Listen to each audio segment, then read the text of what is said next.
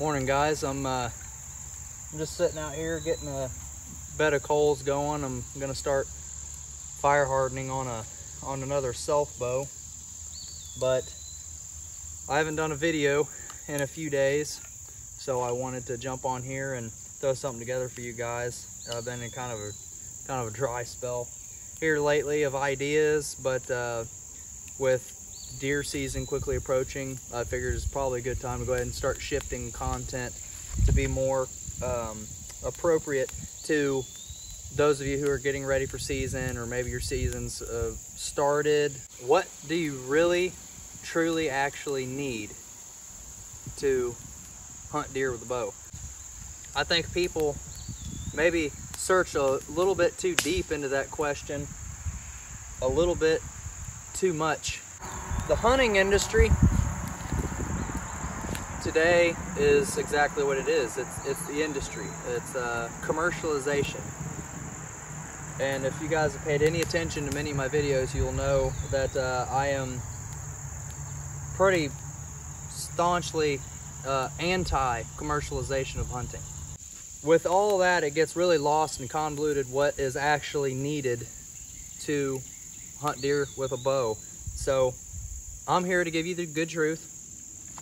And a lot of you guys, if you're like me, you know, you don't got a lot of play around money. If you're going to make purchases, they need to be legitimate, you know, something that you need and not wasting a bunch of money. If that's true for me, I know it's true for a lot of you. So let's just jump right into it, okay? First of all, obviously, you need a bow. You can't really get by without a bow if you're going to bow hunt deer.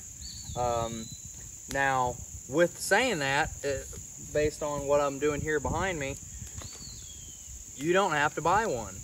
You can go out, find someone that will let you go walk their property and harvest, you know, some certain trees like hickory or osage, black locust, elm, hackberry, things like that. Any one of those trees would make fine bows, and you can go out and harvest the wood yourself off the landscape and make your own bow if you learn how.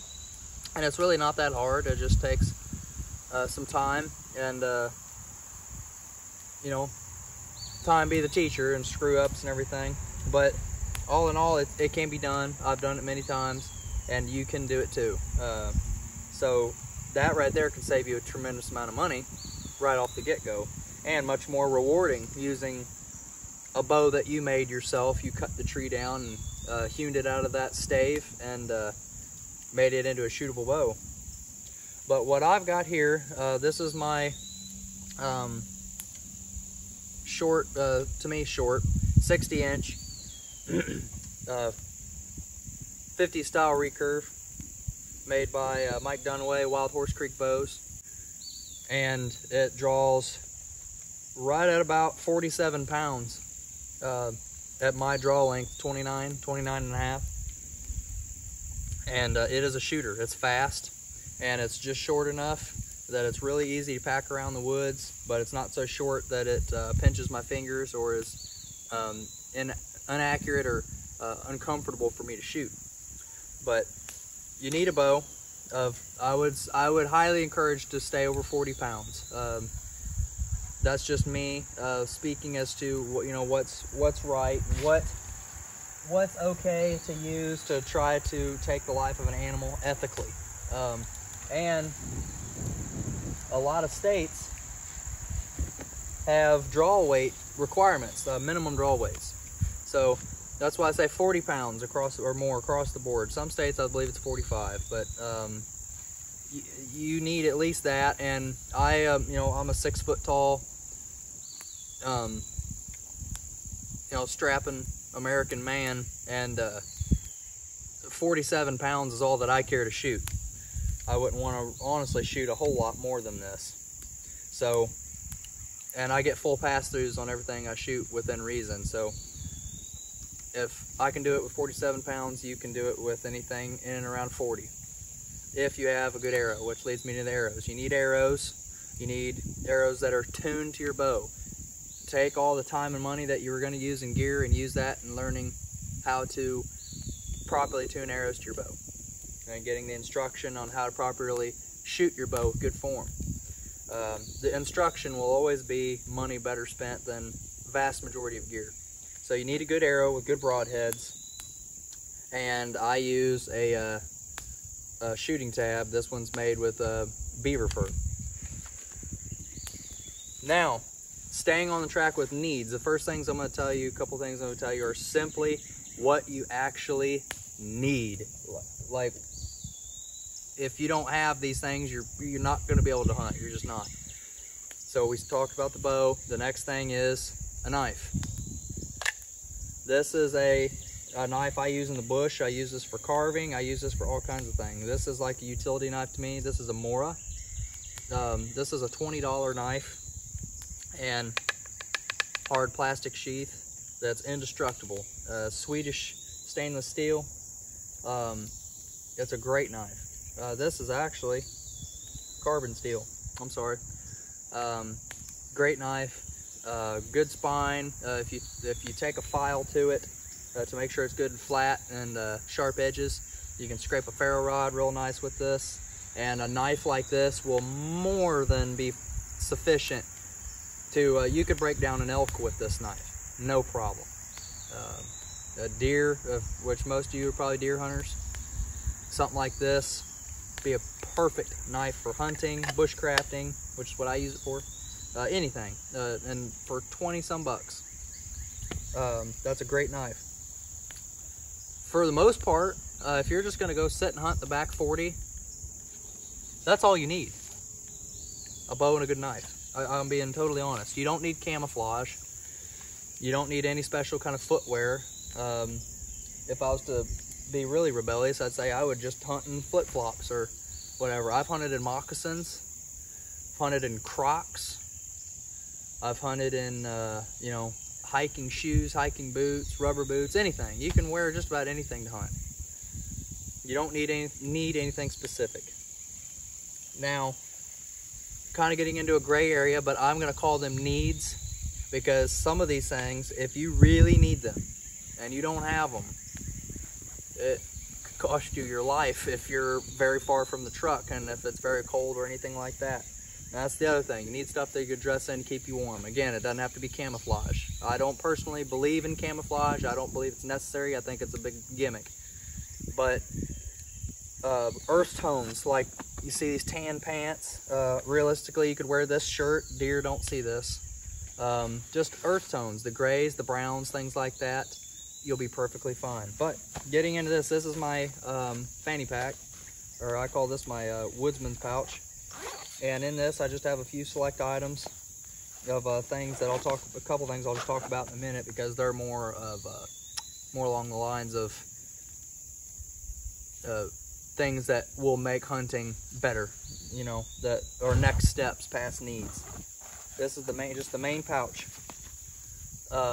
Just a simple survival kit, if you will. I don't call it a survival kit. I just call it, for me, it's necessities to have in the woods. Something to start fire with, or a tinder. This is a Kingsford tumbleweed style fire starter. These are excellent, and I will repeat, excellent fire starters for very cheap. You can buy these at Dollar General. You can dunk them in water. They'll start a fire hot every time. Great fire starter. I just keep it wrapped up in a little bit of plastic. This is a small ferrocerium rod that I keep in here. I always have a lighter in my pocket, always. But in the case that lighter runs out or something like that, without me knowing,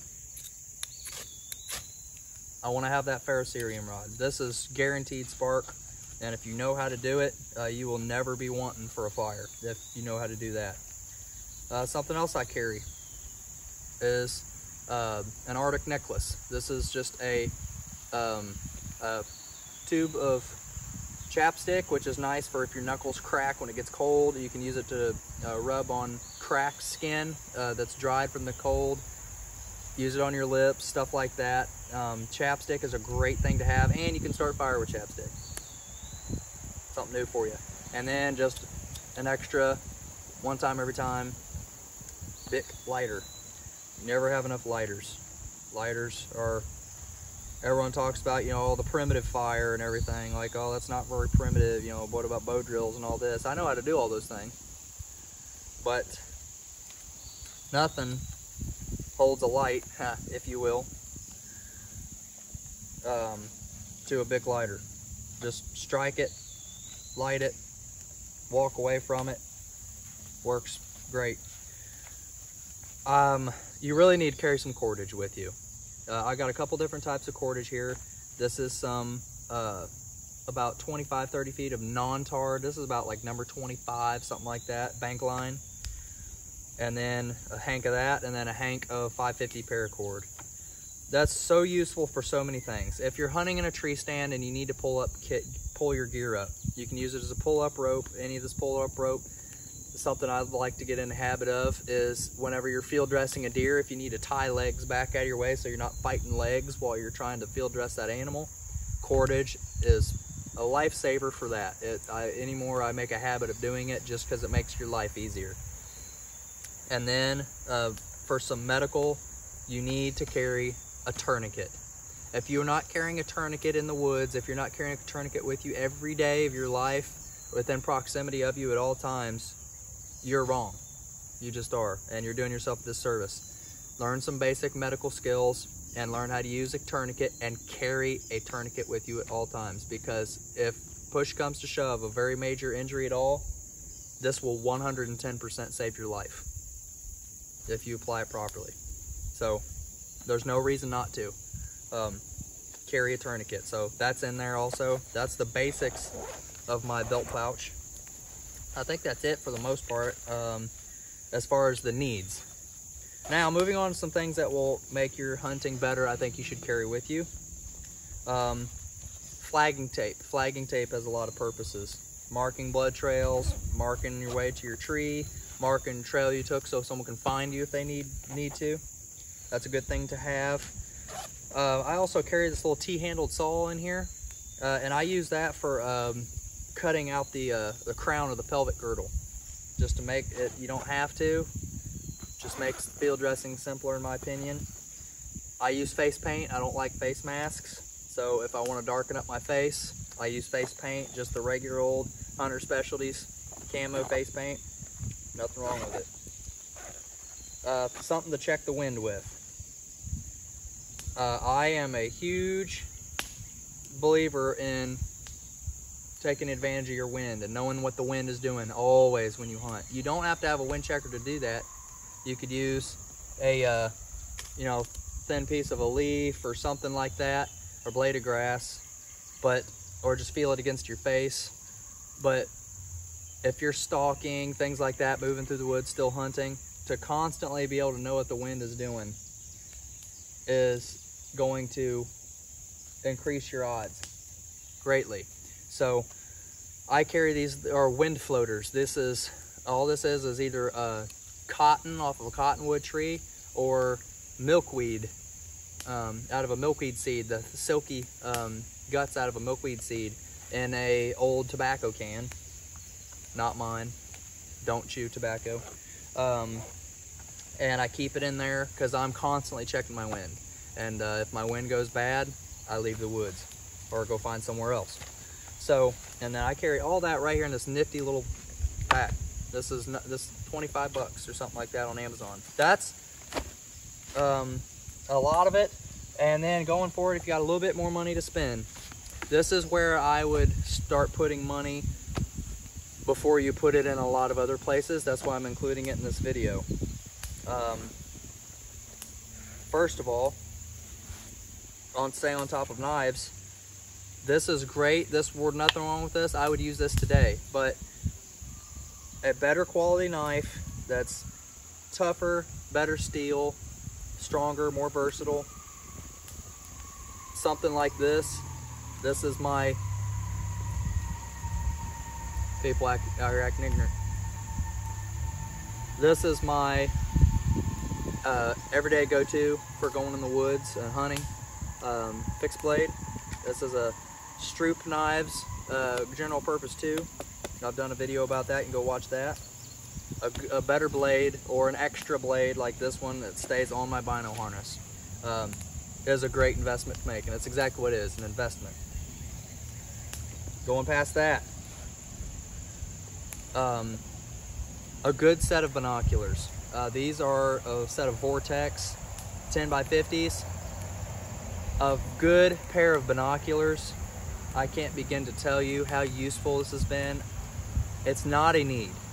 You don't have to have these to hunt deer, but if you have a good pair of binoculars on your chest or in your pack, it will drastically increase your odds, and it'll drastically increase the amount of deer that you see, because you're able to scan around and see things that you probably weren't seeing before. So a good pair of binoculars, they don't have to be Vortex, they can be whatever, but I would make the investment in a really nice pair of binoculars, because they will give back. They're not a waste of money.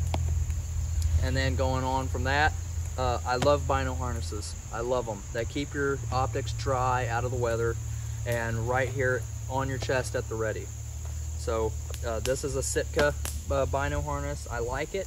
I'm undetermined on whether I'm going to continue to use it or not, or try a different one, but as of right now, I like this one. It works fine. Then the very last thing I'm going to tell you, because it is very handy.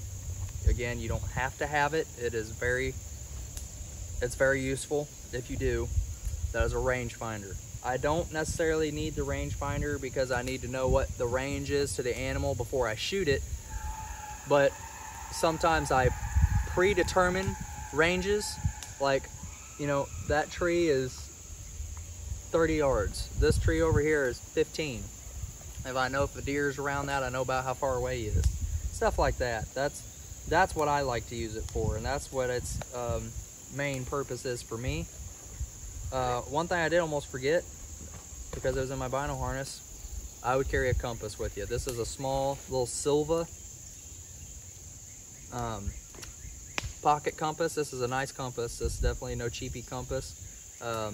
For what it is, this is a higher end one, and I would suggest investing in a good compass. Don't get a cheap one. But, you know, get what you can afford, and there's nothing wrong with that. That, guys, is pretty well it. I've made this video long enough.